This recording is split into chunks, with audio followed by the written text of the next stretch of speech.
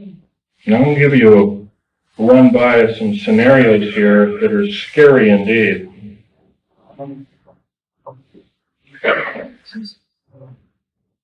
The United Nations is a world dictatorship body, period, plain and simple. But I sure hate to be lied to about there being this kind of communism and that kind of communism, and when we all find out the whole thing has been planned lock, stock, and barrel for the last 75 years by an intergovernmental group and warned us that a federal government structure out of control is totalitarian slavery, and I do believe that we have to do something about it. Federal government at that time knew all about flying saucers, what they were and what their agenda was, and how they want to control us by world domination. Without question, they knew about it. A lot of you have probably seen in different areas black helicopters. There's over 64,000 black helicopters in these United States. For every hour that goes by, there's one being built. Is this the proper use of our tax money? I don't believe so. What in the heck does the federal government need 64,000 tactical helicopters for if they are not trying to enslave us? Right now, before the U.S. Senate, is an anti-terrorist bill. This anti-terrorist bill, by the way, is going to kill the United States Constitution and Bill of Rights by number one. What is going on, folks? Tell you what's going on. We're being sold down the river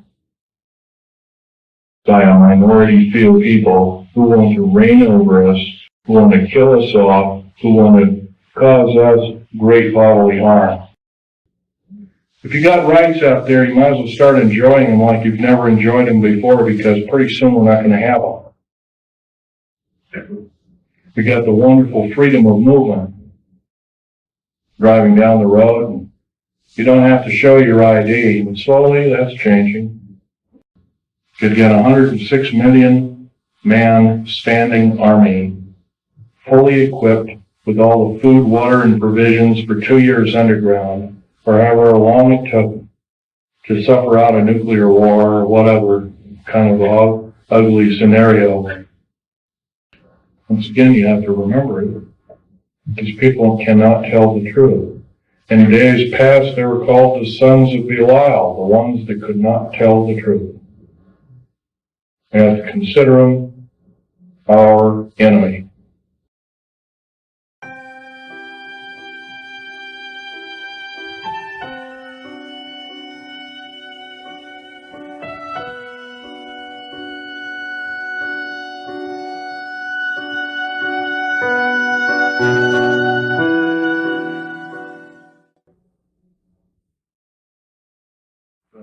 Rather horrendous designs and mechanizations of our federal government structure that I feel directly imperiled not to tell anybody about, so that's why I'm here telling it. In doing so, I am breaking my security oaths. I am also guilty of breaking major federal law. How long I'll be able to do this, anybody's guess. However, I would like to mention this talk is going to be broken up into 4 main topics. And, each of these topics will have some bearing on what you people are involved in, you patriot people, or even some of you people that aren't patriots that may be leaning in that way or considering it. I want you to know these United States are a beautiful place. I've traveled in over 70 countries, and I cannot remember any country that has the beauty as well as the magnificence of its people like these United States. Give you an overview of basically what I am. I started off, went through engineering school, which half of my schooling was in the field. I built up a reputation for being a geological engineer as well as a structural engineer with both military and aerospace applications. I have helped build two main concern bases within these United States that have some significance as far as what is it called the New World Order. Number one is Dulce, New Mexico. I was involved in 1979 in a horrendous firefight with alien human type, whatever you want to call them. And I was one of the survivors. I'm probably the only talking survivor you'll ever hear. Two other survivors are under close guard somewhere in these United States. One is not in very good shape. He's been living in Canada. So I'm about the only one around that knows the firefight, that knows all the detailed files of the entire operation. 66 Secret Service agents, FBI and the like, Black Berets died in that firefight. I was there. Number one, part of what I'm going to tell you is going to be very shocking. Part of what I'm going to tell you is probably going to be very unbelievable. Well, if instead of putting on your glasses, I'll ask you to put your skepticals on rather than your spectacles. But please feel free to do your own homework. I know the Freedom of Information Act isn't much to go on, but unfortunately it's basically the best we've got. Your local law library and your nearest law university is a good place to look for congressional records. So if one continues to do their homework, and one can be standing vigilant in regards to their country. I love the country that I'm living in more than I love my life. I would not be standing before you right now risking my life by telling you these things if I didn't believe it so. The first part of this talk is going to concern deep underground military bases and the black budget.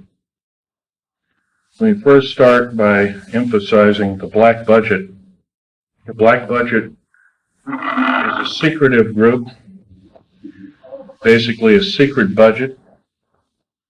It garners 1/4 of the gross national product, the entire gross national product of these United States. Present, the gross national product is around $5 trillion. So 1/4 of that's about $1.25 trillion per year.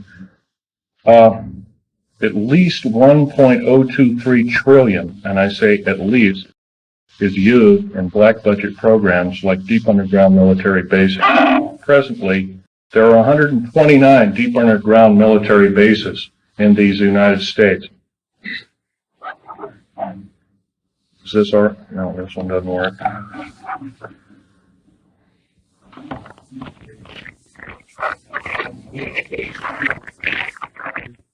Hello?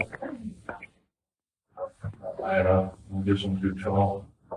Anyway, of these 129 bases, they've been building them day and night unceasingly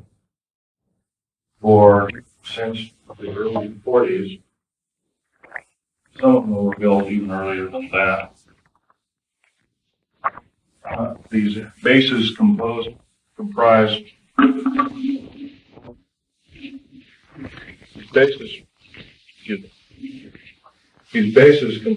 basically of large cities underground. They're connected by high-speed monorail magneto-leviton trains that can go up to Mach 2.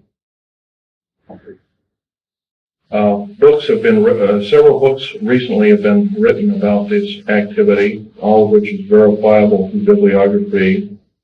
I think Al Bielek will, unfortunately, Al Bielek has my only copy is Al Bielek here, by the way? Al Bielek? Yes, please do. Richard Sauder's book. He's a PhD architect, and he alone also is risking his life by talking about this. He worked with a number of government agencies on deep underground military bases. Okay, there are 129 of these in these United States. In and around where you live, in Idaho, there are 11 of them. It's a very large number. The average depth of each base is roughly a mile deep. They are basic full cities hauled out underground. they're somewhere between 2 and 2/3 cubic miles and 4.25 cubic miles hollowed out underground. You might ask how this is done. Well, right now they have laser drilling machines that can drill a tunnel 7 miles in one day. Obviously, we get holes there. My house has been we're not told about this. Unfortunately, I don't believe these things. The black projects, as we know them, sidestep Congress, which is illegal. Right now, the New World Order is depending upon these bases, and if I'd known it was the New World Order involved, I wouldn't have had anything to do with them. I was lied to rather extensively. Basically, the technology as we know it, for every calendar year that goes by, every 12-month calendar year, the military technology increases about 44.5 years. This is why it's easy to understand that back in 1943 they were able to create through vacuum tube technology, a ship that literally disappeared from one place and reappeared 400 miles later in another place. My father, Otto Schneider, there's an interesting story about him. He fought on both sides of the war. He was originally a U-boat captain. He was captured. He was captured by the French. He was turned over to the United States Army. He was turned over to the United States Navy. He was repatriated here to Cocoa Beach, Florida, and Fort Lauderdale, and taken up to Philadelphia Navy Yard thereafter. He was a master machinist as well as a doctor. He later became a lead doctor and never did anything with it. But basically, he was involved with different kinds of concerns, such as A-bomb and H-bomb and Philadelphia experiment and these other kinds of projects. His groundwork, he invented a camera, a high-speed camera that took pictures of the first atomic tests in Bikini Island. And 12th of July, 1946, which I have original photographs of, which show unidentified flying objects fleeing the bomb site at a high rate of speed. Bikini Island at the time was infested with things in various depths of its waters. The natives always saw them. The natives had problems with their cattle, basically pigs is what they raised, and other things. Though this story has never come out, this is basically what happened. So, that time, through General MacArthur and others, they felt that, in fact, General MacArthur was coined in saying the term, the very next World War we have will be the war of, not with people from planet Earth, but from aliens or people from other planets. And this man was, if we hadn't had him during World War II, we wouldn't be here today. Anyway, my father had laid the groundwork with theoreticians about the Philadelphia experiment and other experiments. What's that have to do with me? Other than the fact of that, all I can say is that if it wasn't for, he never told his kids this, and he kind of kept it secret until a couple of weeks before he died. I kind of regretfully say that. I don't agree with what he did on the other side of the pond in Nazi Germany, but I'll tell you one thing. I think he had a lot of guts in coming here and doing what he did. He was hated in his own land. In fact, there was a $1 million in gold reward for anybody who could kill him. Just bring the picture back of the dead person, and it never happened. Anyway, back to topic number one, is dumb bases or deep underground military bases. We've been basically lied to, folks. We've been lied to a long time. Number one, the alien question. Nobody really knows the truth. We've been ruined by Madison Avenue was painted painted a very unrealistic picture of what's going on with outer space aliens and the inside of government, especially at Groom Lake. This particular facility, the hat shows, this wasn't the original insignia. This is kind of like a local fish wrapper type insignia. And the original insignia had a skunk on it, which was part of the infamous skunk words. So anyway, this particular base originally is housed up to 117 live alien critters, or whatever you want to call them. Right now, it's not housing much of anything. Most of the stealth hardware has been removed. They moved it over to Kirtland Air Force Base.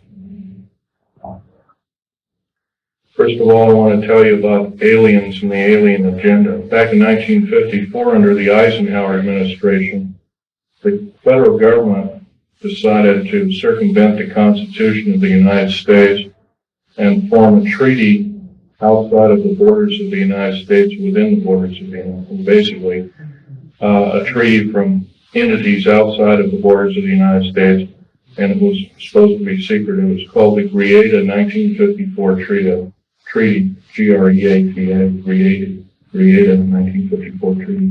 That basically said that the aliens could take a few cows and test their implanting techniques on a few human beings, but they had to give detailed lists of the people involved, et cetera, et cetera. Slowly but surely, the outer space aliens slowly altered the bargain until they decided they wouldn't go by it at all. And back in 1979, this was a reality. The firefight occurred kind of quite by accident. I was involved in building an addition to the deep underground military base at Dulce, New Mexico, which, by the way, is probably the United States' deepest base. It goes down 7 levels, over 2.5 miles deep. But at that particular time, we had drilled 4 distinct holes in the desert ground, and we were going to link them together with shape charge explosives. And then we were going to basically blow out large sections at a time. Well, my job at that time was to go down in these holes, gather rock samples, check them for their particularity, for particle count, give a detailed account of what kind of chemical explosive or plastic explosive to use, and we'll go from there. As I was headed down there, to my total surprise, we found ourselves amidst a large cavern that was already full of outer space aliens, otherwise known as large graves. I was petrified, as most people might be. The only thing I could think of doing at the time was shooting them. I killed 2 of them, but by the time I could reload and refire at that time, I was Walter big pistol. I was an engineer, so I didn't feel I had to carry a gun underground. I always carried this particular one. It's nice and small and quite effective. But anyway, I killed a couple of these things, and at that time there was several other groups of people down there. It's about 30 people total, and almost 40 more came down there, and they all got killed. Basically, what had occurred was that we surprised a whole under mountain base of existing aliens, and later I was to find out that we are not the highest on the food chain. These aliens have probably been living on our planet for different groups of aliens anyway, the short and the tall grays at least, for a million years, living here. And this could explain a lot of the theory behind the ancient theory of ancient astronauts and these other kinds of things like that. It might also explain the bloodthirstiness of different kinds of native populaces like the Aztecs, etc., Olmecs and whatnot. Anyway, I got shot basically here, and their kind of weapon wasn't really a gun-like thing. It was kind of like a box that they had on their body that they could manipulate. And it burned a hole in me and it split my ribs apart and kind of gory and all that kind of stuff. But anyway, it also gave me a high dose of rather nasty cobalt radiation. And I have cancer to this day. It's probably a result of it, although I can't prove that. Okay, the second part of my talk is topic number 2, and includes basically how this all occurred. How could we have possibly gotten involved? Well, we finished working with, we basically were beaten down by World War II, and I guess we were figured to be rather vulnerable as a populace in the world, which we were at the time. And I'm sure this is probably why we, at our weakest point, later found out to be vulnerable indeed, and so we were basically attacked. And of course, I think some of us, how many people here are familiar with the crash at Aztec, New Mexico? Raise your hand. In 1947, sometime in July of 1947, there was a large crash of a flying saucer. I believe it had 7 or 8 alien critters or whatever you call them, aliens in them. 1 survived, and I believe 6 or 7 were, I don't know the whole story about the whole thing. And one of the artifacts I have here on the table is when I was a young child, I was about 14 at the time. And a friend of my father was Sir Johnny Rollins. He had a British naval intelligence. And he gave me, I asked him if I could have a piece of metal of this crashed disc, and my father protested violently. But anyway, Johnny Rollins said, sure, I can give you a little piece. And he gave me a little piece. I've had them in my collection ever since. That was kind of like a small start of a collection. But other than that, UFOs really wasn't my bag until I started work at Area 51, which is in Nellis Air Force Base north of Las Vegas, Nevada. Going back in 1979 in the firefight, it took me about 2.5 years to recuperate, enough that I could go back to work. But I did. I survived. I went back to work. From Morrison Peninsula and EG&G and back to all on Page and Page and other construction outfits at the time. Anyway, at Area 51, they were testing all kinds of very peculiar spacecraft. I think you're also, how many people here, for instance, are familiar with Bob Lazar's story? Good. That's a good group indeed. I'd suggest more of you buy his or obtain his tape or borrow his tape and read some of the publications. He was a physicist who worked at Los Alamos National Laboratory at Area 51, trying to decipher what was the propulsion factor of basically these alien spacecraft, these discs and other kinds of type of craft. So, but there's another thing I want to talk to you about other than all this stuff about deep underground military basing that might be effective. We're all basically here as kind of like a captive audience, except that we're all worried about the strange activity of our federal government. I'm very worried about it. They've stonewalled senators. They've lied to the public. They refuse to tell the truth in regards to the alien matters. I can go on and on, but the list is, it will take longer than there are days here, let alone minutes. So I can tell you that, in all respects, I'm rather disgruntled that, since I used to be a rather high-ranking worker in our federal government structure, I'm very disappointed in the activities of our federal government, very worried. For instance, to run by several topics to you. Recently, I happen to know somebody that was in and around, I live just south of Portland, Oregon, You know, somebody that works at Gunderson steel fabrication, and what they do is they make railroad cars. And the fellow I know, I've known for the better part of 30 years. He works there. He's kind of a lead welder and engineer. He's kind of a quiet type, and he came in excited to me. He called me up, and I met him, and I tried to calm him down quite a bit. But he told me, he says, so they're building prisoner cars. They're gonna, looks like everything you've been talking about, the federal government is starting to happen. He was real nervous about it, and I said, well, slow down, Bob. So anyway, he told me what was happening. He mentioned that Gunderson has got a contract with the federal government to build 107,200 full-length rail cars, each with 143 pairs of shackles in each road in each car. And there are 11 subcontractors in this giant project, and supposedly Gunderson got over $2 billion for the contract. Bedlam Steel, there's different steel outfits or different fabrication outfits across the country are building.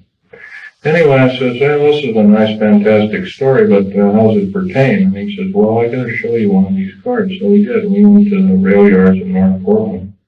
I call it Graffitiville, USA, because it's wall-to-wall graffiti. And there's a new car. And he popped open the seal and slid the door back, and there they were. Boy, he wasn't wrong. And it's scary. So if you multiply 107,200 times 143 times 11, you come up with a monster figure of about 15 million. 15 million is about the number of interested people that I would consider patriots of these United States. And other interested people that don't like seeing what's going on with our federal government, that want to do some serious changing but can't do it. See, no more can we vote out our elected officials. They become kings and queens over us. And I hate to say this, folks, but our present structure of government is not democracy at all. It's technocracy. And it's a form of feudalism. It has nothing to do with the republic. To the republic for which it stands, one nation under God. These people are godless. They've legislated out prayer in public schools. First of all, the public school system is a disgrace, but here they voted out prayer. It used to be before you started class in grade school, you'd have a little prayer. It was kind of a neat thing. And now you can't do that. It's against the law. If you do that, by the way, you can get fined up to $100,000. You can get 2.5 years in prison. Now, somewhere down the line, I don't believe this is very prudent. I believe that we deserve better. We can do better. I also believe that our federal government now is running the gambit of enslaving good, freedom-loving people of these United States. I love these United States more in my life, so I'm talking about this to many people as I can find. I'm not a very good speaker, but I can tell you, I'll keep shooting my mouth off until somebody puts a bullet in me, because I'll tell you, it's worth it to talk to a group like this or any other group about the atrocities of our federal government structure. Now, that's only one problem. There are other problems. How about the deep underground military bases I've been talking about? I'm going to show you a number of things that I've collected here as kind of statistics, and just bear with me here. I'll draw the mic here. We have stealth blackjet. Here are the different code names for them. There are 29 prototypes, different prototypes presently. Cost for biennium is roughly somewhere around 1.6 trillion. I did this compilation in 1993.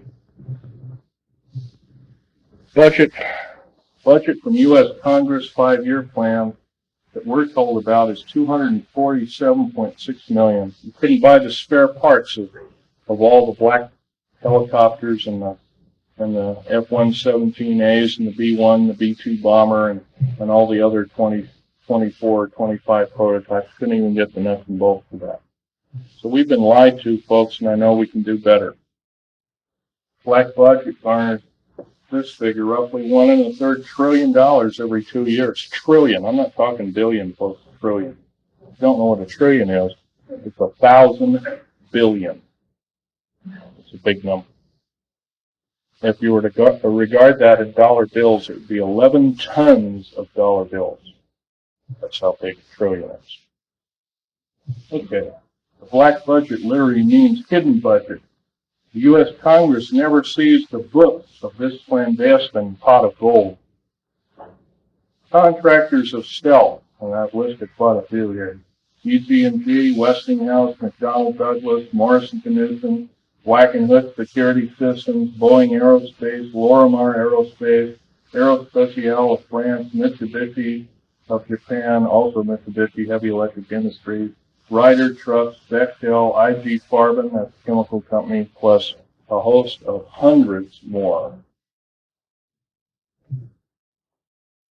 Is this what we're supposed to be living up to as freedom-loving people of these United States? I don't believe so.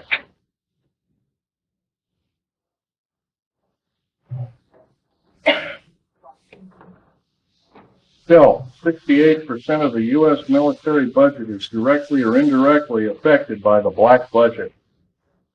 Star Wars, otherwise nicknamed Star Wars, Strategic Defense Initiative, relies heavily upon stealth weaponry. By the way, none of this would have been available without us taking apart with a fine-tooth comb crashed flying saucers that either we downed or they crashed themselves into our deserts. None. All these materials on the table, some of which are formed by our space shuttle, by the way, you might ask, what's it shuttling? Well, it's shuttling large ingots of metal that are used, that are specially milled down. First of all, they're milled in the confines of outer space. Most of these metals cannot be produced on the planet. They need a near vacuum of outer space for their production. That's what we're shuttling. We're not even, folks, we're not even getting any semblance of what I'd call pablum. We're not being told anything close to the truth. I believe our government officials have sold it down the drain, lock, stock, and barrel. And by the way, up until several weeks ago, I was employed in the United States government with a Rhyolite 38 clearance factor, one of the highest in the world. Excuse me, questions later. Microphone, we can't hear you. Can't hear me? Okay. Well, anyway, this microphone is, I'm a tall person, this microphone doesn't get up any further and it's kind of hurting me. Anyway, another thing about Strategic Defense Initiative. I believe it's there to prevent alien attack upon planet Earth. It has nothing to do with the Cold War. As we have seen, the Cold War was a total farce. And it was only a toy, an implement toy, to garner billions and trillions of dollars from good, loving, tax-paying citizens like I am and you are, for what? I don't mind a defense initiative against attack from, if it be from a real threat. But I sure hate to be lied to about there being this kind of communism and that kind of communism. And when we all find out the whole thing has been planned lock, stock, and barrel for the last 75 years by an intergovernmental group, I guess then we kind of know which side the bread is buttered on. Anyway, here's another piece of information for you folks. The DEA, ATF, Drug Enforcement Agency, Alcohol, Tobacco, and Firearms, these agencies rely upon stealth tactical weaponry for as much as 40% of its operations and budget. Remember, this is in 1993. The figures have gone up considerably since. The United Nations used American stealth aircraft for over 28% of its collective worldwide operations from 1990 to 1992, and that's taken for the Center for Strategic Studies and the United Nations Report 392.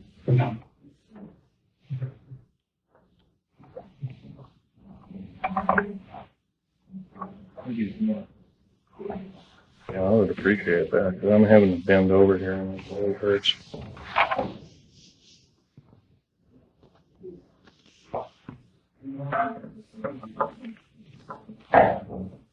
Thank you very much. The guardians of stealth. There are over 3 distinct classifications of special police used to guard one of our most well-kept secrets. Number 1. This is the most disturbing of all. The MJTF, and that, by the way, that stands for Military Joint Tactical Force, otherwise known as the Black Berets. Some people call them the Delta Force, and there are other names for it. It's a multinational tactical force primarily used to guard the various stealth aircraft worldwide. And by the way, see the picture over here on the table, you might come over there and look at it. After the talk, you might do that, or during the break. You'll find out a nice picture of it there. There was 172 of them built. 10 of them crashed or were crippled. Something went wrong with them. So roughly 162 or 3, I can't remember at last count. We gave them away, the federal government gave them away. Bill Clinton signed them away about 6 weeks ago to the United Nations. Is this what we are paying our hard-earned tax money to do, folks? No, I don't believe so, and I know we can do better.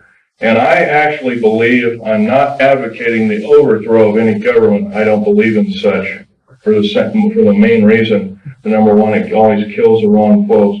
But I believe if I have the chance to tell people about these atrocities, I think that there will be some serious letter writing, if not letter writing, some serious conscientious voting done in the very near future on various elected government officials, if not the whole category of elected government officials.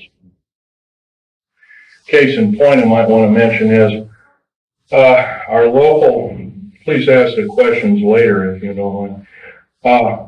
Our local government officials have also kind of labeled us a bunch of rubes and morons, and I think we can expect a lot better than that. Starting off with the World Trade Center bombing. I was hired not too long ago to do a report. First of all, I know about the 90 some odd varieties of chemical explosives. First of all, I looked at the pictures that were actually taken right after the blast, and the concrete was puddled and melted. The steel and the rebar inside the cement was literally extruded up to 6 feet longer in its length.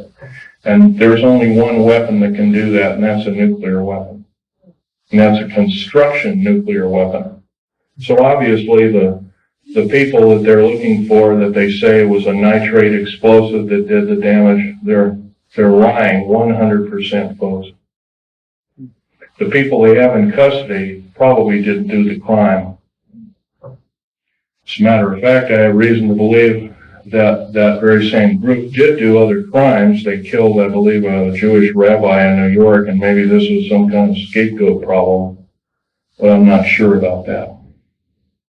However, I want to further mention that with the last explosion in Oklahoma City, they also say basically it was a nitrated or fertilizer bomb that did it, a whole truck full. First they came out with the information, said it was 1,000 pounds, then it was 1,500, then it was 2,000, then it was 3,000, then it was 4,000, now it's 20,000. Well, by the way, you can't put 20,000 pounds in the Ryder truck, can you? Now, I've never mixed explosives per se. I know the chemical structure and the application of construction value explosives. I earned a reputation on it. I helped hollow out over 13 deep underground military bases in the United States. I worked on the Malta project. I worked in West Germany on its military bases, in Spain on its, and Italy on its. I can tell you from very sure experience, a nitrate explosive wouldn't have hardly shattered the windows of that building. it would maybe have knocked the facing off. It would have killed a few people, maybe at the most 20 to 30 people tops, but it would never have done that kind of damage. I believe I've been lied to as a member in good standing of these United States, and I'm not taking it any longer. So I'm telling you that you've been lied to. How many people there are in this room? You've all been lied to, lock, stock, and barrel, and I do believe if we all get up and say, we've had enough, we want the truth, and if we're not going to get the truth, we want you to step down. If you won't step down, then I do believe our founding fathers told us and warned us that a federal government structure out of control is totalitarian slavery, and I do believe that we have to do something about it. Now, that's pretty serious, hard, down-to-earth talk. But I don't see any way we're going to get around it. I don't perceive at the present time that we have more than 6 months of country life left in these beautiful United States. The present rate. Right now, the so-called Patriot movement, which has been given a stinging blow by Janet Reno, who, by the way, I want to tell you something about Janet Reno. Janet Reno cheated her way through law school like Bill Clinton did. It's provable. It's on the public record. Janet Reno is a confirmed lesbian. I believe there are a lot of wonderful women that would make a great Attorney General of these United States. They're far more educated, they're far more moral than she is.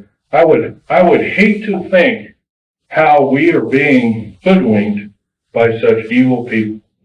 We are the laughing stock of the world, and I do believe I can qualify myself by saying I'm a tired American, and I'm now speaking out. I think we can do better. I think these people of these United States, mostly older people above the age of 45, are now seriously worried about their own future. Now I'm going to give you a run by some scenarios here that are scary indeed.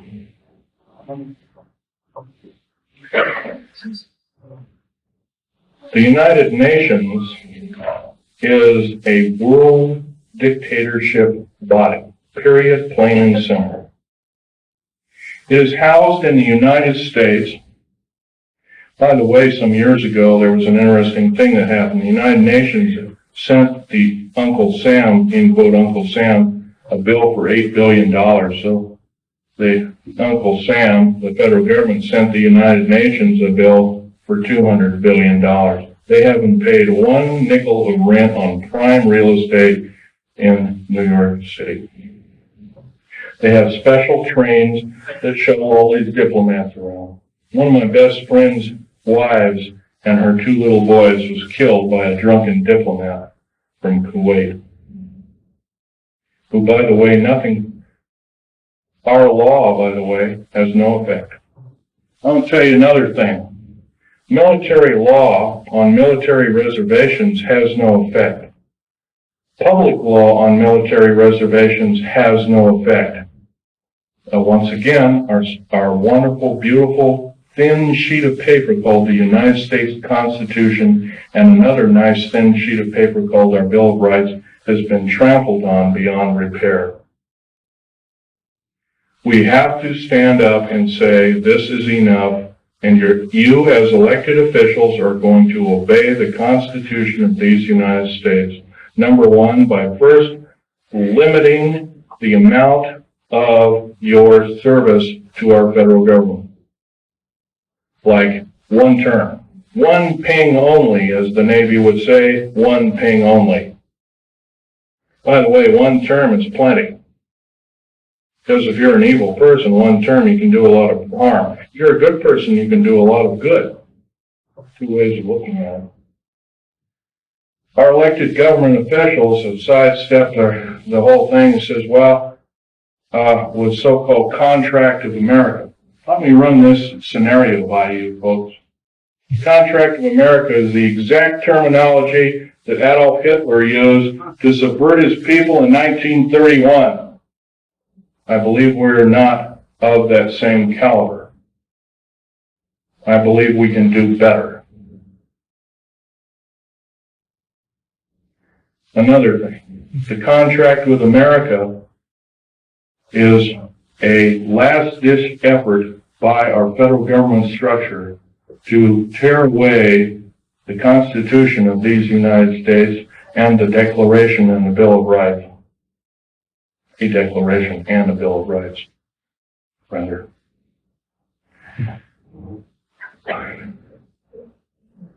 Reading these wonderful pieces of paper that were somehow have protected us from economic and other forms of slavery, I doubt if there's more than 50 people in this room, including me, I hate to say, has not seriously read the U.S. Constitution.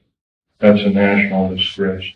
I'm beginning. I picked up a book out of a library and I photocopied it. I'm reading it extensively.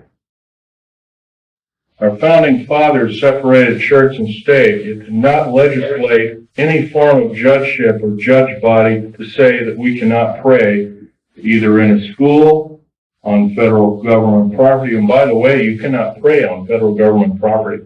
If you do so, you're in violation of federal government standards and laws, and you can be guilty of a $100,000 fine and 20 years in prison.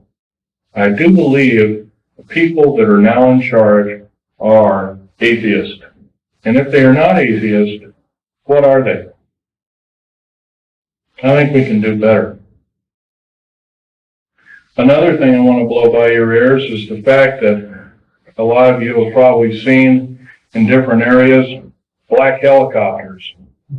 There's over 64,000 black helicopters in these United States. For every hour that goes by, there's one being built. Is this the proper use of our tax money? I don't believe so. What in the heck does the federal government need 64,000 tactical helicopters for if they are not trying to enslave us? I doubt the entire military government structure needs 64,000. Worldwide, supposedly over 230 countries. I doubt if all the world needs that many helicopters. Stealth aircraft, for instance. The F-117A, there's 157 of the son of a guns going around. You know their sole purpose is? They're all loaded with LIDAR, L-I-D-A-R, and SEER, computer-enhanced imaging radar. They can fly over your house. They can see you walking from room to room. They can tell if you've got an old antique rifle on your mantelpiece. They can see objects in the house with a variation, limit and capability of 1 inch to 30,000 miles. That's how accurate this is.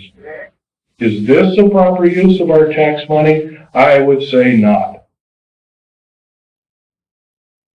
Now, I worked in the federal government for a long time. I know exactly how these people handle their business.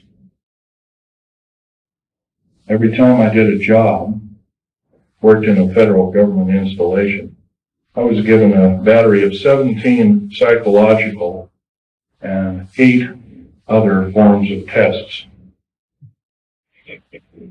First of all, we're supposed to be the militia, but somehow up jumps the Brady bill and other evil bills like it. I don't agree crazy people should be shooting firearms, but on the other hand, I do believe in vigilance. And vigilance is guided by a good spirit who knows the difference between right and wrong, who loves God, who loves talking to God, regardless of what religion we are. And by the way, there's probably in this room, there's at least a dozen different kinds of religions. I might be wrong. But I'll tell you, they're all good. God doesn't respect what religion you belong to, contrary to what you may have been told. I can tell you, though, that if we are to allow the atheist federal government structure to enslave us, We won't have this opportunity any longer. We have to do something about it. How are we going to do something about it? Well, some of us are attorneys in this room, perhaps, maybe one or two of us. Maybe somebody works for an attorney. Maybe somebody knows somebody who is a good attorney. And I know that seems like a hard number to come up with, but there are a few of them out there. Maybe somebody knows a senator or a congressman or has had help by such. There's one outstanding in Oregon. His name is Mark Hatfield. That man helped me fight the federal government. See, my father left me these pictures of what he took at Bikini Island. Operation Crossroads. And I'm going to have this one out on the table. It's the original. I ask you please carefully handle it. Try not to put too many fingerprints on it. Right over here, and I'll point to it, and I'll point to it. Hey, echo. Is a structure that is an unidentified flying object. This was taken 12th of July, 1946. Federal government at that time knew all about flying saucers, what they were and what their agenda was, and how they want to control us by world domination. Without question, they knew about it. Let's get on. Al Balik is our second speaker. He worked in a very secretive government operation called the Philadelphia experiment. Well, so did my father, by the way, and I didn't know this until on his deathbed, and I now have the picture proof of it. Also, I have a picture of a supposed non-human alien called Val Thor that worked for the Pentagon. He still works for the Pentagon. In 58 years, he has not changed. He still looks young. Something's wrong. I don't know if he's doing it under duress or what, but evidently he's still there. Don't know what kind of alien he is. He's about a few inches shy of 8 feet tall. He's very bright. He's worked in the Department of Defense and the Pentagon for, I believe, 58 or 56 years, one of the two figures. So don't tell me, folks, don't tell me, federal government, that this isn't so. That when we see something in the night sky that doesn't add up to an aircraft, that it's a weather balloon, or that we're mistaken, or I'm crazy, or we're crazy, because it's not. You've been lied to, you've been cheated, you've been stolen from, you've been cheated by your public officials, and I think it's time that we not only realize this, but it's time that other people form cells and start talking about this vigorously. If, say, only 5 people in this room are doing what I'm doing, I can't imagine just 5 people have one talk in 1 year to a group of people like this. In 6 short months, we could reach 10 million people. That's a formidable number.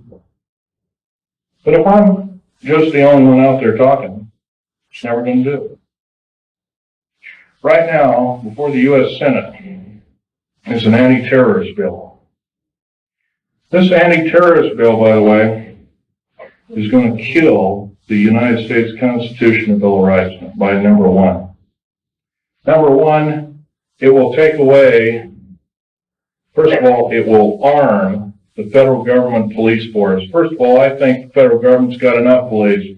There's 1,719,000 federal police officers in these United States. That is more that was in either Germany during World War II or Russia under Stalin and Beria. Now, at the present moment in time, 7 weeks ago in Nellis Air Force Base, and a year and about a month ago, about 13 months ago, because I was there at that time, we entertained the United Nations and the Russians and showed them Area 51, which is supposed to be our most secret military base. What is going on, folks? Tell you what's going on. we're being sold down the river. We've got to do something about it, otherwise we will not see this country go on as the United States, and I don't think we'll see it go on for a year. I'm saying I don't believe I will see it go on as a country in 6 months at present. Because if the federal government has created the World Trade Center bombing and the bombing in Oklahoma City, which is extremely tragic because it killed probably 40 or 50 children. And by the way, I have absolutely no use for a person that hates children. Our Attorney General, Janet Reno, hates children. She hates men, she hates everything but maybe her own kind. And by the way, if anything is outer space alien, it's her. And Bill Clinton. Well, Bill Clinton is just another big liar out there. But Janet Reno, I can't forgive her for what she's done. She's done more as a singular intergovernmental official to destroy this country than any other individual, I believe, since the great traitor during the Revolutionary War. What was his name? I'm trying to think. What? Benedict Arnold. There we go. Probably find out she's probably distant relation of some sort. Now, what can we tell our government, trusted government officials, and how rare those are? They're an endangered species. Well, they can first start by getting a bill going that requires all government officials to register. I mean, if they're going to ask us to register our guns and our rights, they have to register their rights. They can register their rights and their guns and their legislative ability through one kind of referendum, number one being they can limit the amount of years that they're in office.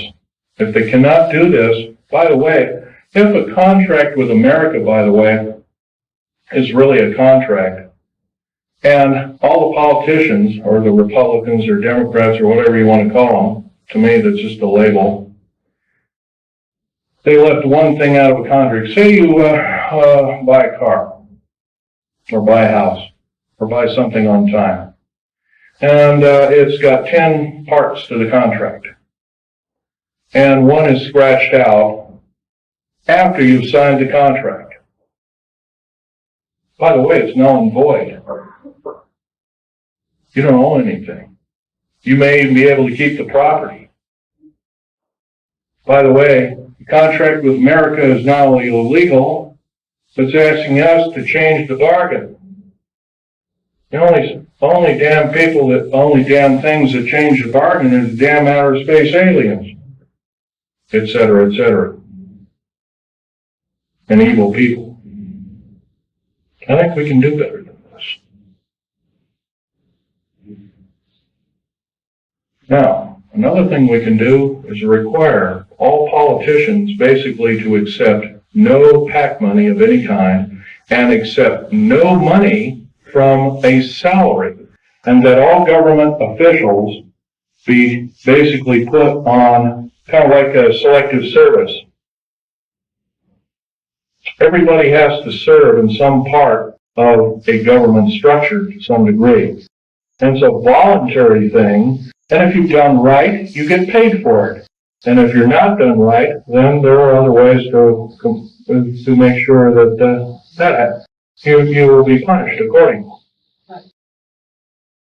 We did these kind of things if we were prudent, if we thought everything out, because I'll tell you, the only thing that doesn't need changing in any way, shape, or form are the two pieces of paper, one the Bill of Rights and one the United States Constitution.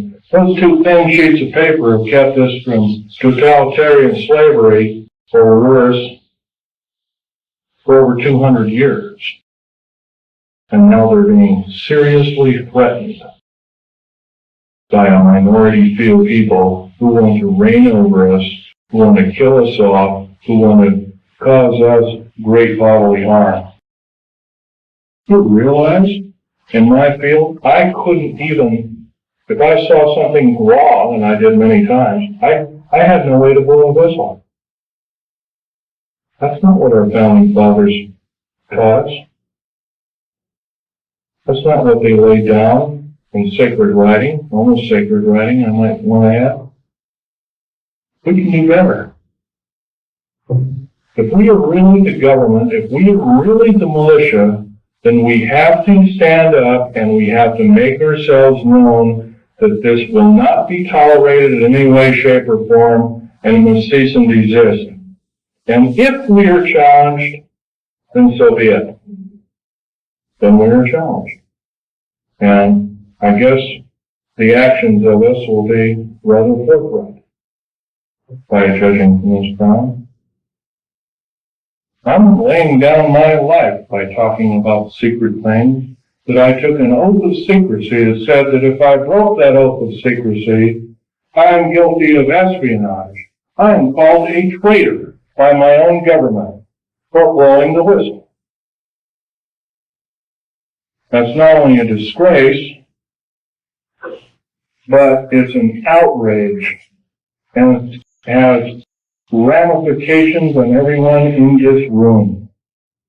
And I think we can do better.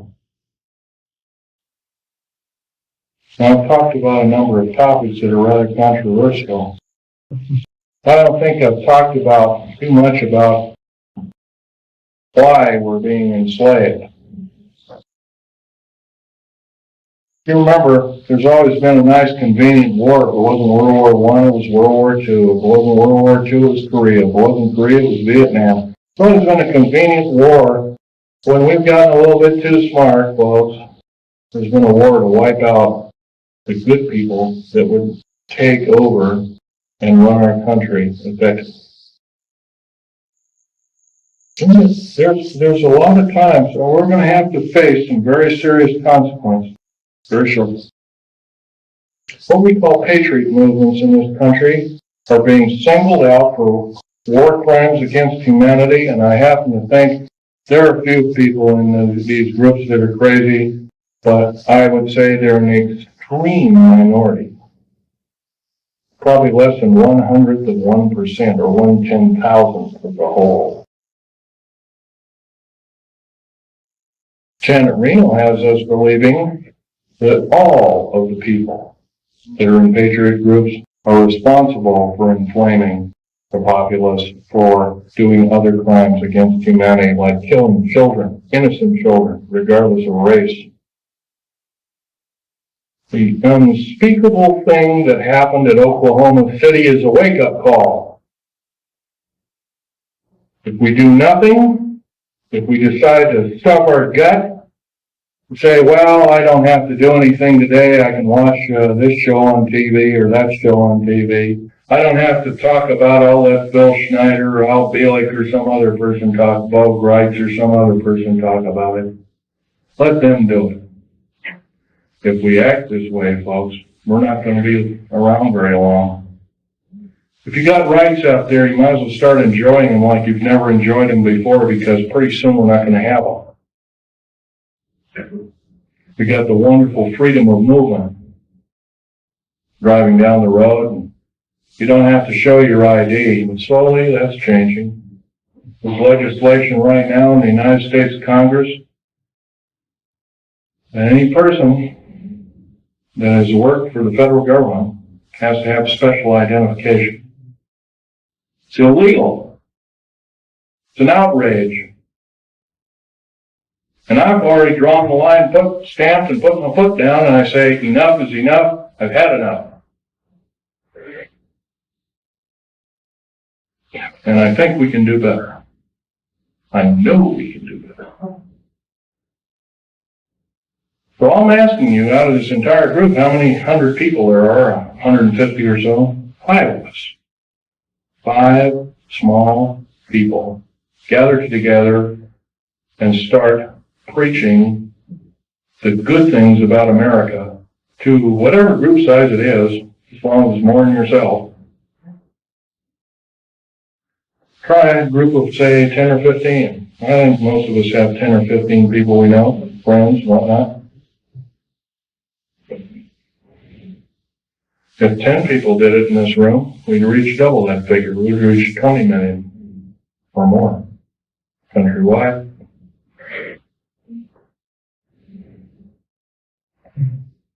What do we have to do? We have to stockpile weapons and all these other kinds of things. The trouble is with revolutions, they always end up killing the wrong people. Unfortunately, it's starting to look like that might have to be the only scenario to get these parasites off our back. And I'm telling you folks, they are parasites of the first water. They're only out for their own self-gain. And by they, I'm talking about your government officials. Not all of them. There are some that are good. There's some that are honest. There's some that are forthright, that love God, that love the Constitution and the Bill of Rights, and other wonderful works by our founding fathers. But they're few and far between. In House of Representatives of the United States Senate, there is not one politician that is not an attorney. There is something wrong there, folks. During Abraham Lincoln's time, I know that's a long time ago, 130 years ago, roughly, it was an honor beyond medals and glory to serve in the United States Senate or in the House of Representatives. And there was actually only about 8 total senators and House of Representatives people that were attorneys. The rest of them were common folk like you and like me. But we've been led down the wrong path, folks. If we sit here and do nothing, we're not going to have any freedom. And it's not going to take very long. At this rate of speed and the way things are going, what's going to be the next scenario? Is going to be another bombing somewhere? First it was a trade center bombing in New York City. Then it was middle, homegrown America killing children and innocent people on their way to work, whatnot. Elderly people in Social Security office and whatnot. How come the AARP isn't talking about the 61 older people that bit the dust in the Social Security office and the other federal government that was seeking? Some were in the Internal Revenue Service and other kinds of... By the way, that's another thing. The IRS, there's nothing legal about the IRS at all. By the way, do you realize I was reading the Oregonian newspaper 10 days ago. President Clinton has authorized the U.S. Mint to print the new money. They've already printed about $3 billion of it. You travel overseas, you get this pink-looking thing with a picture of a president on it, and a similar thing that the insignia is a little off-center, down that way. On either side of this bill is a UPC stripe. No, sir. I don't believe in having the mark in my hand or in my forehead like the Bible taught me. But it's coming, folks, if we do nothing. It's coming as sure as I'm standing here telling it to you. And it's probably going to be here in less than 2 years. We do nothing. And this is I'm actually downplaying it. It could be a lot sooner. Federal government right now, with their high tech, has invented an earthquake device. I have reason to believe that the earthquake in Kobe, Japan, by the way, I'm a geologist. I know exactly what I'm talking about. There was no pulse in the pulse wave. There's supposed to be a pulse wave in any earthquake. There was none in the Kobe, Japan earthquake. None. In 1989, in and around San Francisco, there was an earthquake. There was no pulse or pulse wave. That is a Tesla device. Nikola Tesla invented it, and he did it not out of evil but he was trying to make a device that could be accurately used for construction and the building of buildings and that kind of thing. It's been taken for evil, though, guaranteed. I want you to know that the black budget programs throughout these United States have subverted science as we know it. What's AIDS, for instance? I'll tell you what AIDS is.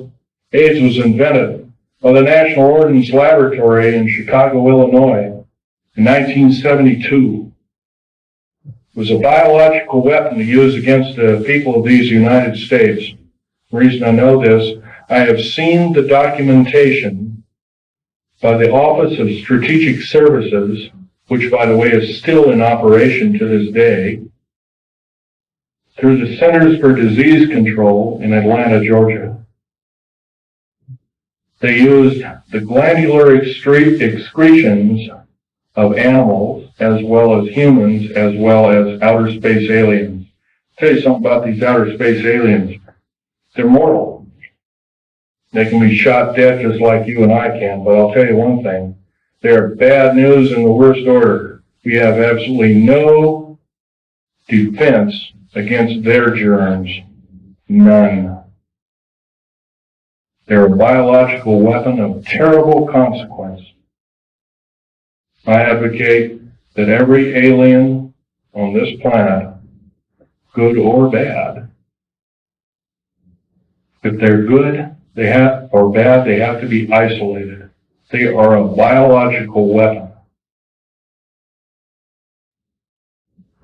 Saddam Hussein and other people have killed 3.5 million Kurdish people with a similar biological weapon. Do we, the people of this planet, deserve this? No, we don't. But we're not doing anything about it. And every moment that we waste, every moment that we don't blurt out and we say we've had enough, that we deserve better, that we're going to get better, we're doing other people on this planet in different countries a great disservice. Right now I'm dying of cancer related to work that I did for the federal government.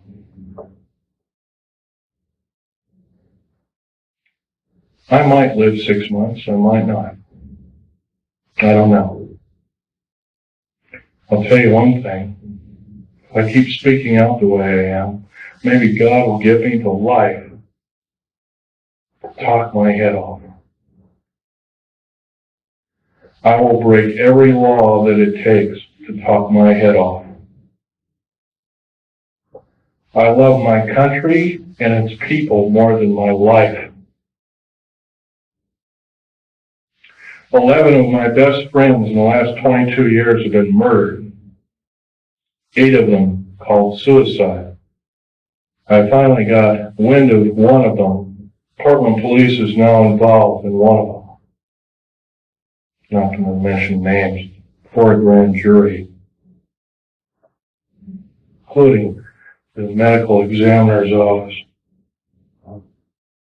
Murder by suicide, I call it. My friend Ronald Lee Rummel was an Air Force officer, is a Silver Star winner, is a patriot, murdered because he started speaking out about unidentified flying objects while being still employed as a member of the United States Air Force.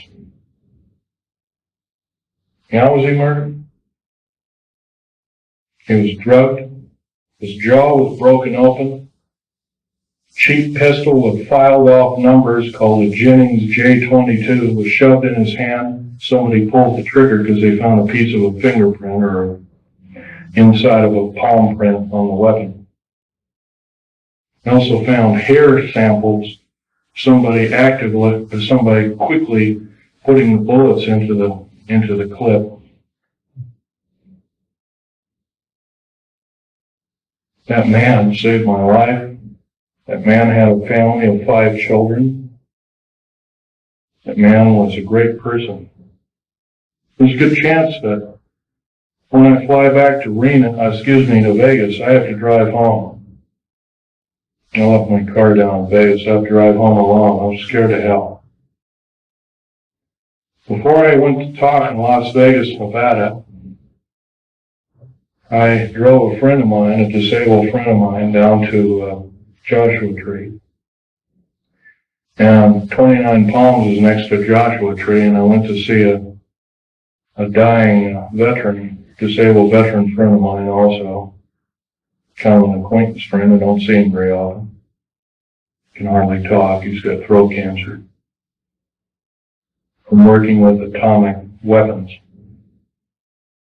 Federal government didn't want to pay for it, so he married a nurse whose father has donated enough money to keep him alive for a little longer. After seeing these two people, I drove up over the mountains. I had to drive around the mountains and up into them to get to Needles, California. It was followed by two government vans, E350 vans with G14 plates, each with a couple of occupants apiece. One had an Uzi. Ready, he was loading it, because I could see it through one of the windows. They zoomed by. I knew exactly what they were. I've already spoken out. I've spoken in 19 talks to present. I've probably reached 45,000 people.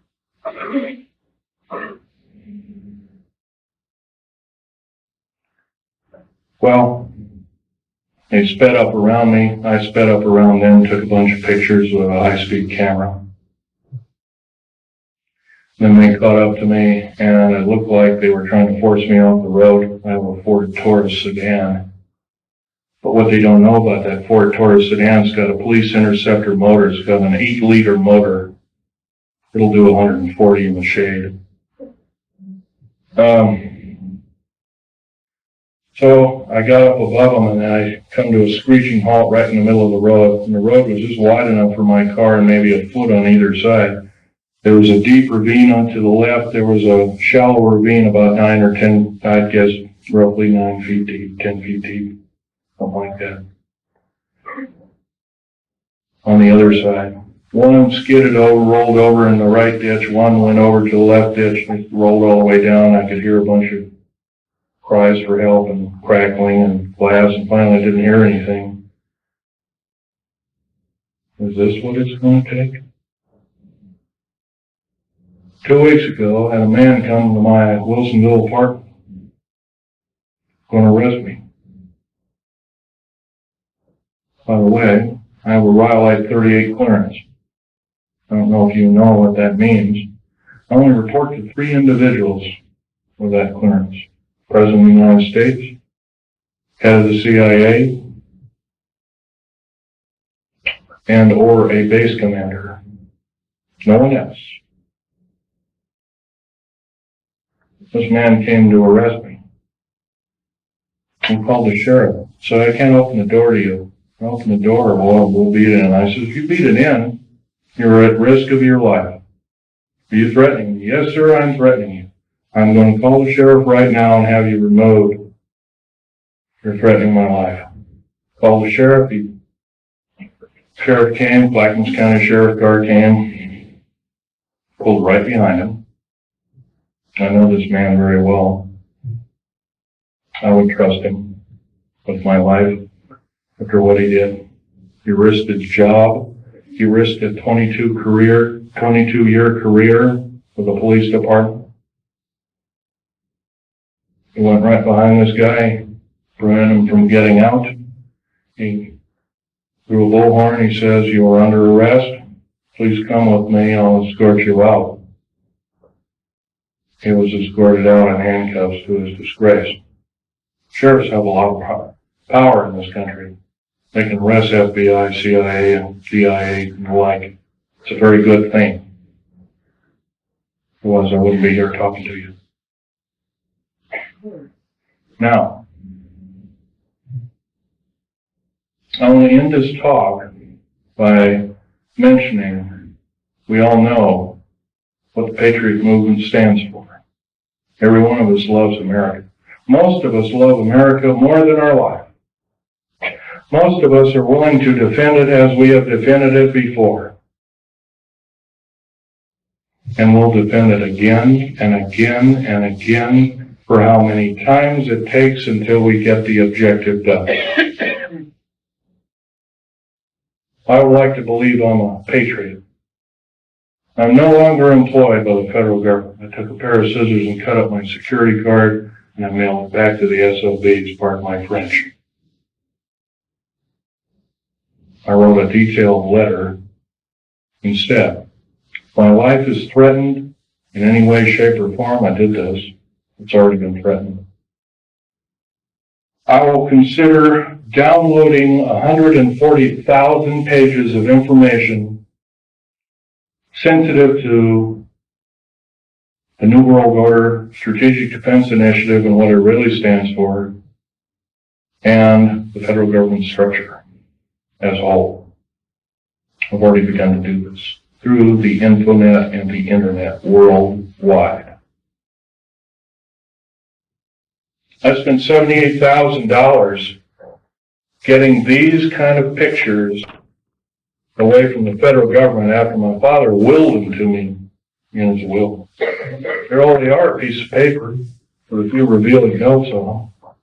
Incidentally, Val Thor is this particular character right here. Right here.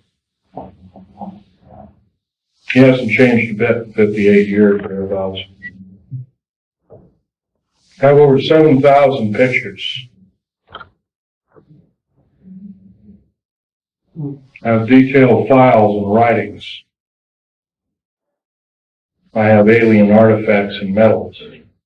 You're only looking at half a dozen of maybe 7,000 that I have. I feel you people have to know the truth as best as I could tell. Thank you very much.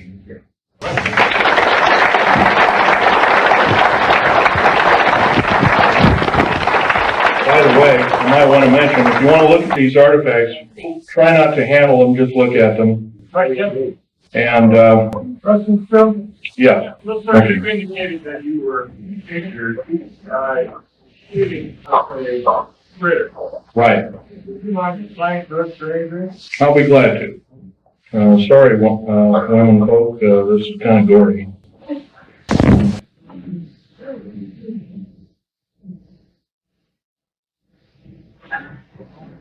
What detail was there?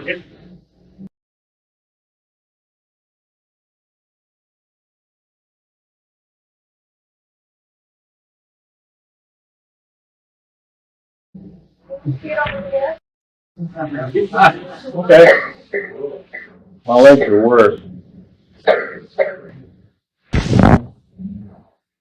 It was some form of ray weapon that had a high dose of stinking radiation called cobalt, or dirty bomb radiation. I remember the color of the beam. It was a light green, kind of like a light emerald green. Question?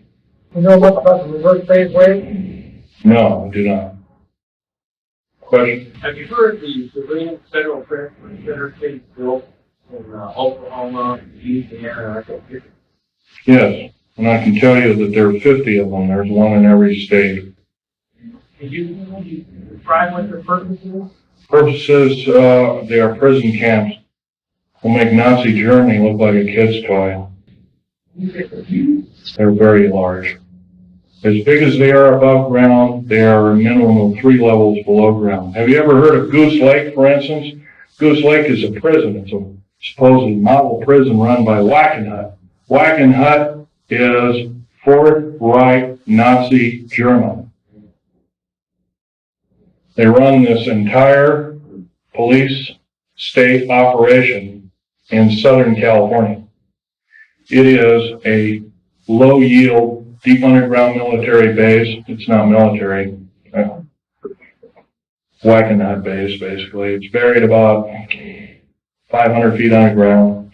It is a long runway underground. It's about 3 miles long. It's got 2,700 prison cells in it. There's a track on either side of it food and shower facilities are all on, they're kind of like individual cars on tracks, and they service each prisoner. You gotta change your clothes once a week, get a shower once a week, no television, no nothing, totally underground, minimum lighting facilities. If you talk, you are beaten senselessly. 2,700 federal prisoners are in it right now. The worst of the worst. I don't know about you, folks. I learned an old song in church. The Bible's defender who truly believes a pardon in Jesus is quickly received. I don't believe we or anybody else in these United States has the right to torture anybody. I don't care if they're a murderer, a rapist, or anything else. We should basically get rid of these kind of individuals. But if we do have the guts and maybe a little bit of fortitude to kind of hope that, well, I don't want murder on my hands, and we imprison them, I don't believe this is the way. Question? A comment. It appears that we're way past the 2-year voting cycle. Stop what's happening right now. Well, like I said before, start forming cells, enclaves. I hate to say this, enclave has a peculiar, nasty overtone to it. But start forming enclaves, start talking to people, talk your head off. Talk your head off because your life depends on it. I'm not asking you to do what I'm doing. I'm asking you to risk your life for these United States like I am doing. Question over here. You guys represent the fact that Yes, I'll give you my address. these beings are alien in that they come from other planets. So we have the theory of being extraterrestrial. Have you in all your studies ever tried to determine whether or not there was an alternative answer rather than being extraterrestrial? Are they extra-dimensional? And if so, what have you discovered and what authority can you mount to be able to show that as a possibility? Okay. Let's take one thing at a time here. Extra-dimensional, they could very easily be. Al Billick will probably tell you about that in his talk. When we blew up the A-bomb tests, and later the A-bomb, Hiroshima, Nagasaki, and all the other tests that took place, we basically opened up a hole in time. And the reason I know this is Al Billick told me, if you look in an early 1953 Life magazine, you'll find a picture of an A-bomb, and with a round mushroom cloud, and through the mushroom cloud you can see black space with stars. Unfortunately, those stars don't add up to any known stars in our view. And so Al Billick was telling me, yeah, that opened up another dimension. And Life magazine almost lost its license to print. But yeah, you're right there. Your other questions, some of which I can or cannot answer. Right now, as much information as I have, I like to say I'm a scientist, but I think that's got a kind of a bad connotation anymore. But anyway, as a scientist, I like to say that in all my studies, I have every reason to believe outer space aliens are another form, another tool, another system of technology to enslave the wonderful people of the United States of America and the world under a one-world government. And this scenario occurred in Nazi Germany and is now occurring in the United States, and it's got to go. Otherwise, we're going to go. Next question over here. Now, what's the reason for the base? Pretty obviously, if you take all the 129 dumb bases, right now there's actually 131 of them. Take 129 or 131 dumb bases, 10% of them, roughly 14 of them, the largest. They're all cities underground. There's high-speed railways, magneto-leviton trains that have attained Mach 2, and Al Billick will tell you about this in his talk. He's seen them, actually been on one of them. I've seen the tunnels, I've never been on the train. He'll tell you that also that these can house great numbers of people. Well, I'll tell you exactly how many numbers of people. Could get 106 million man standing army, fully equipped with all the food, water, and provisions for 2 years underground, or however long it took to suffer out a nuclear war or whatever kind of ugly scenario. And that would be enough to defeat anybody in the United States. By the way, there's no place to hide anymore. Black helicopters, and there's so many of them, not just black ones, I'm talking about military helicopters in general too. They have detection devices. If you got something buried like a cache of weapons or diamonds or gold or money or whatever underground, they've seen it already, guaranteed. They can detect you in an airport. I want to blow this one by you too, because this is a nice little tidbit. Right now, if you're carrying more than $1,000 in your pocket, most of us don't, and some of us do, carrying $1,000 or more in your pocket, you are perceived as being an enemy of the United States and or a drug dealer, and you can be arrested immediately in any airport in the United States of America. By the way, if you look at your money, your 50, 100, 20s, 10s, 5s, whatnot, and even the ones now, you'll find there's a little thread in there. If you look at it, like on a $100 bill, it'll say 100, and it'll have a little number in the 100, 100, 100, and $100 marks all the way on both sides. It's a little, kind of like a little thing that tells you that the beast is still there. We don't do anything about it, folks. The beast is going to claim us. Every one of us. You can do it. That's fine. Okay, question? Any more? Okay. I think like, would I be quicker, underground quicker, or the church is starting to train? What would be quicker, the trains or the underground prisoners? Okay, the underground prisoners right now, they're using the worst of the federal prisoners and worst of, yeah, criminals. That's correct. And that's pretty obvious. You add up if you add up 143 per car, multiplied by 107,200, multiplied by 11 general contractors, each with a similar contract, and you're going to come up with a figure that exceeds 15 million. 15 million is the number of patriots in America, number of concerned people in America, and also a number of people that could cause the federal government harm in America today, right now. And my second part is, are you saying that aliens are just USC aliens? I'm saying our federal government blew up Oklahoma without question. Clearly proven. First of all, what did it? If you look in the pictures of the explosion, you'll find there's a large block taken out near the elevator shaft, and there's a smaller explosion. By the way, a nitrate explosive has a maximum capacity of 20 kips worth of pressure per square inch. A kip is kilotons of pressure, 1,000 tons. So 20,000 tons of pressure per square inch, maximum. If you had the whole truck totally packed. Wow.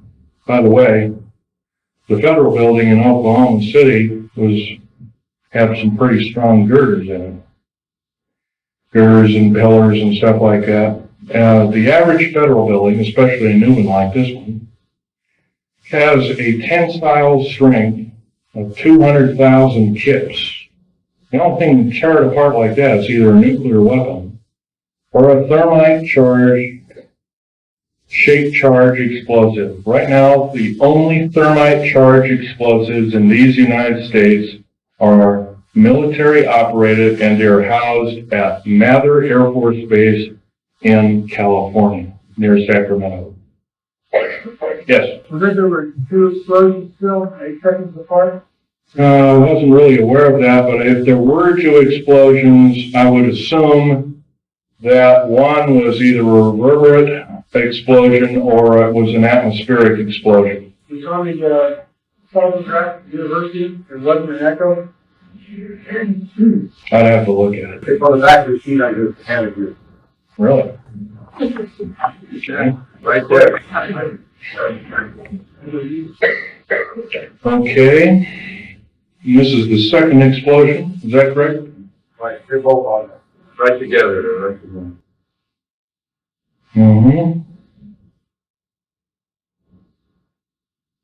Well, the truck bomb shows an explosion, once again with no P wave, but it has a scalar wave to it. Could have been a scalar weapon, electromagnetic weapon of some sort. The train explosion, once again, also has it does have a P wave, but doesn't have an N wave.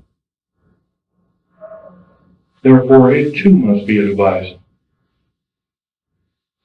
No, that's the train that's going by the university. Oh, it is, okay. Going by.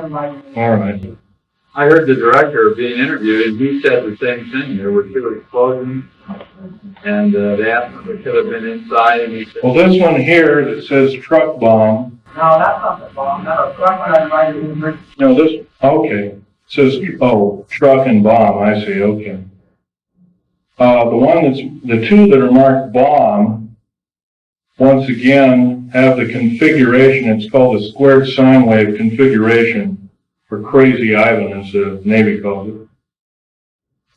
Squared sine wave with no P wave, it would have to be a mechanical device, without question. I could prove that, but it'd be kind of boring laying figures out. Okay, another question? Yes, that's right. How do you respond to Christians who are apathetic about saying it's all prophesied in the Bible anyway, the New World Order, the mark of the beast, and, I want Jesus to come anyway, so, why fight it? How do you respond to that? Prudence. What you know best to be. Pray about it. Prayer. That's the only prudence around worth saving. Next. "Just wait to hear it." Okay. Yeah, thank you. Is it true that you know that you about that we're going to be that they just have bombings on? It's quite a possibility because, for instance, the New World Order and the elite, as you call it, built and funded Hubble telescope. Remember also that telescope, the one that orbited Mars, was supposedly shut down. That was another lie, total lie. Took detailed photographs, totally mapped the planet. I've seen some of the photographs. The face on Mars is a reality. There, at one time, there was a civilization. That's been proven.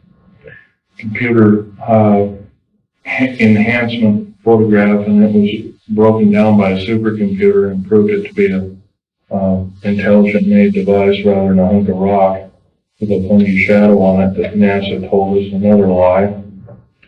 Once again, you have to remember it. These people cannot tell the truth. In days past, they were called the sons of Belial, the ones that could not tell the truth. We have to consider them our enemy. Next, this fall. Yes, they do have bases on Mars. Have you heard of the possible Easter eggs are part of the experiments which our government are doing overseas for taking the synthetic and all these creatures for perhaps their manufacturing? No, sir, I can tell you right now that's not so. They have a copper oxide for a blood, similar to an octopus, a cephalopod, or an insect, or a spider. Another thing is their chromosomal structure is totally different. Their cellular structure is totally different. No, sir, that's not true at all. Already put aliens up there, some people think that perhaps Probably so. There's supposedly a group from that I've heard from different sources, fairly accurate sources of that some of them came from the Pleiades, but right now they're supposedly having an all-out war with the Greys, and they had to leave us, and they left us anywhere from a couple of years ago to 4 years ago. I haven't really studied that in. I've been talking about other things lately, so Some people think they're here to rescue them, that whole thing blows up. don't count on it. Question? Can you give out your internet address for the extra information you're downloading? No, sir, I cannot do that. You'll have to go through the internet and do it yourself. That would be giving myself away to the beast, and I can't do that. Question? It's possible that, just sitting here in front of your, a stick regarding attitude of a lot of people, Christians. It's possible that you are taking a study called eschatology, end times and phenomena, prophesied by Daniel, prophesied by Isaiah, subject of the Olivet Discourse, and the subject of the Revelation. It does talk about kind of things that are going to come in judgment on the earth, Israel, the Antichrist, and those who are believers. Is it possible? These things will probably come to truth, come to pass. But to use eschatology as a weapon of fear in order to get people to act is not what the scripture talks about. That's correct. That's correct. You can't do it that way. The fact of the matter is that in Christ we have liberty from those kinds of things which are going to befall the earth, because there is no condemnation for those who are in Christ. So it says, when you try to say that we are people who are subject to condemnation, is not a full understanding of eschatology. I would agree with your statement. There is one thing, though. I love America. I'm only one person. I'm only human. I can make mistakes. I'm not perfect. God is perfect, as much as I know. I will say one thing, though. Keep reading the Bible. It'll just make your heart purer and good. It'll also improve your prudence and improve your state of mind overall. Would it be more profitable to get further into Christ and get further into ourselves? And let the world and all the good people in this country go to waste? No, sir, I cannot believe that, nor will I possibly ascribe to that in any way, shape, or form. Christ did not put us on this earth to die in a holocaust of fear from characteristic evil entities or people.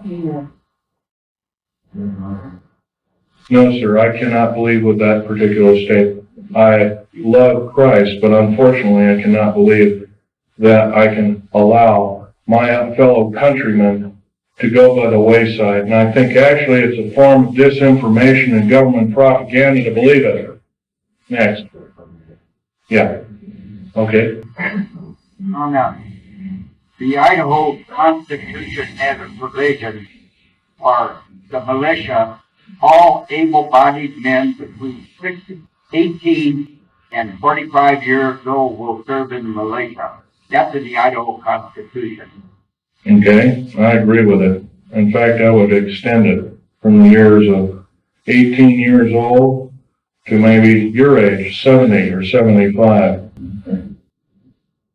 I'm willing to do it. I'm past the age of 45. Sorry, I don't believe in age limits. If I live to be 100, I'd like to do it. Yes, sir. I'd like to give you a quotation from the Bible right in coffee. It is Luke 19:27, and it says, "Bring those my people who do not want me to rule over them before me and slay them." And I always ask the people, does that mean love them to death? But the preachers don't preach that. And there's other quotations like that. Yes, I've read such quotations. If I'm wrong, I will stand slain by God. Stand convicted. Maybe I have already been convicted. Yes, sir. You know where the prison is in Idaho? Yeah. Near Coeur d'Alene. What was that question? Would you state the question again? Where is the federal prison that you're talking about in Idaho? Well, there's several federal prisons. There's a new one being built near Coeur d'Alene, Idaho. I don't know, I've never been out there, but I heard it's on the east side of the town of Coeur d'Alene, Idaho. Whatever. Man with a red shirt way in the back there.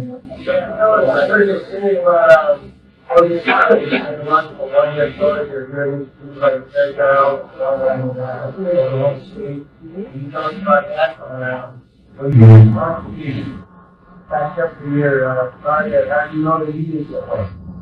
I don't. And I haven't heard about such things, but I'm sure there might be such things. There are things that were used against the Afghan people. There were things that looked like innocuous toys, and there were high explosives that killed a lot of people. I could hear me like what you did. Step out, then we'll go back to the White House. Maybe in Greenville, and like you said, a Bechtel airport station, let's say you're sort of behind it. You can bet your bottom dollar that this is some form of a setup of American people's rights, without question. I already had when you have a military, you learn to respect what Yes, I believe that too. The U.S. Navy presently spends about 1/16 of the entire black budget allocated to them on psychological programming techniques through the RAND Corporation. Next question. This lady. Okay, I can only take one more question, so this will. Doing that, were victims of these bombings. He did it. I don't really want to know. I personally don't know the name of the person who did it, but I mean, well, it takes the government and did it. Let them stop getting this other side of it, and they, well, this is a difficult task, man. The best thing that can be done, yes, I would say yes, that is true. We can get the word out. But it's better to get in groups of people and tell your friends the best that you know how to say, and go from there. But other than that, yes, that would be the best thing. Right. Well, unfortunately, I'd like to say, yeah, go ahead, write everybody until the cows come home. But right now, as the way things are going, that might not be your best bet. You might be targeted as an extremist or something like that. Okay, last question. This is the last one. I'm going to be speaking in this area. I'll be more than happy to speak to any area at any time. Thank you. May God bless each and every one of you and your families too.